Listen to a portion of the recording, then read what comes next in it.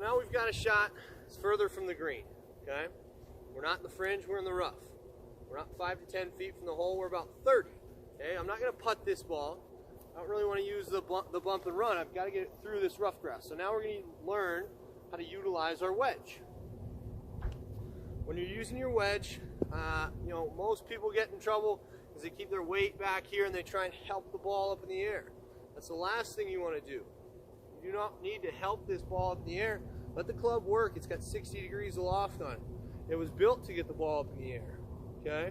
So we're going to make sure that our weight is favoring that forward leg. Phil Mickelson hits a lot of shots in practice like this.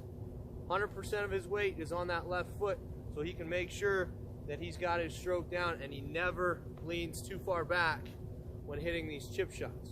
So do that. That's a really good practice drill. Stand here, take some swings, one-footed if you struggle keeping your weight forward in your chip shots. Another thing people do is they take the club way too far back and they stop right here and they hit at the ball. Easiest way to think about this is, I give the example of cornhole. The game, you throw bean bags at the board, it's got the hole in it, right? Very similar to golf. So the motion is very similar as well. You take the ball back and you get through. If I put a golf club in my hand and did that again, it's going to look very similar. Back, through, put a club in my hand. Chip shot, back, through, back, through. Think about throwing the ball toward the hole, okay? The more cornhole you play, you should be a really good short game player. It's the exact same motion with your right hand, okay? So we'll set up to these. We'll hit a couple of those. Just back and through. Really focusing on keeping our weight forward. Right? We're going to play this ball back in the stance. We're going to have our hands slightly in front of it. That's going to automatically kick your weight forward.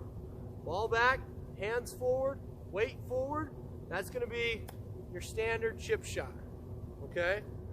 90% of the time, that's the shot you're going to use. Ball back, hands forward, weight forward. If you need to loft it up into the air a little bit more, just go ahead and play it off the front foot. Phil Mickelson will tell you to never play a chip shot in the middle. You either play it back, you play it forward, okay? You're going to use the bounce better that way. So if you need to get it up in the air, just play it forward.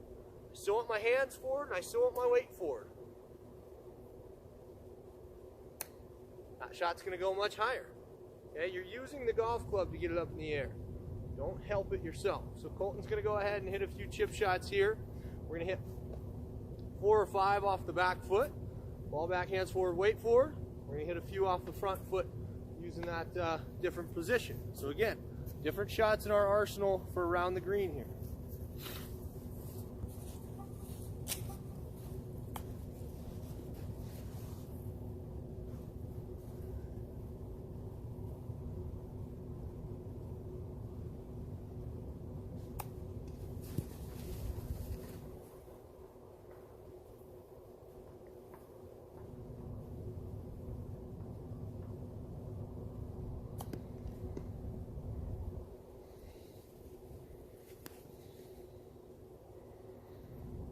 Stand behind it, At the target, visualize the shot.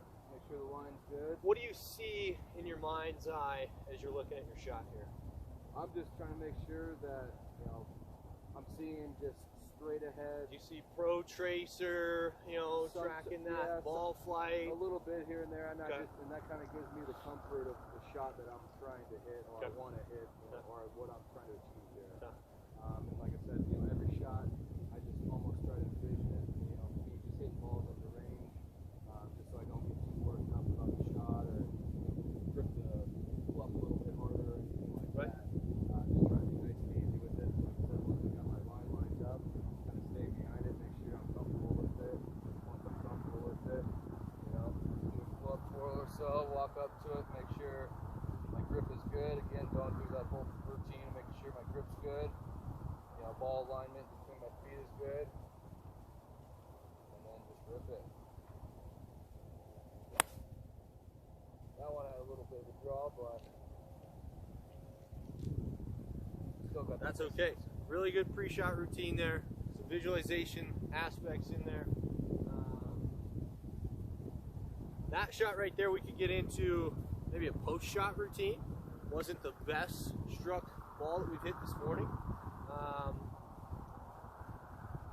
This is something that I've tried to work on recently, and I had never really heard the term post-shot routine. Everyone here hears pre-shot routine, and you can think about things like that.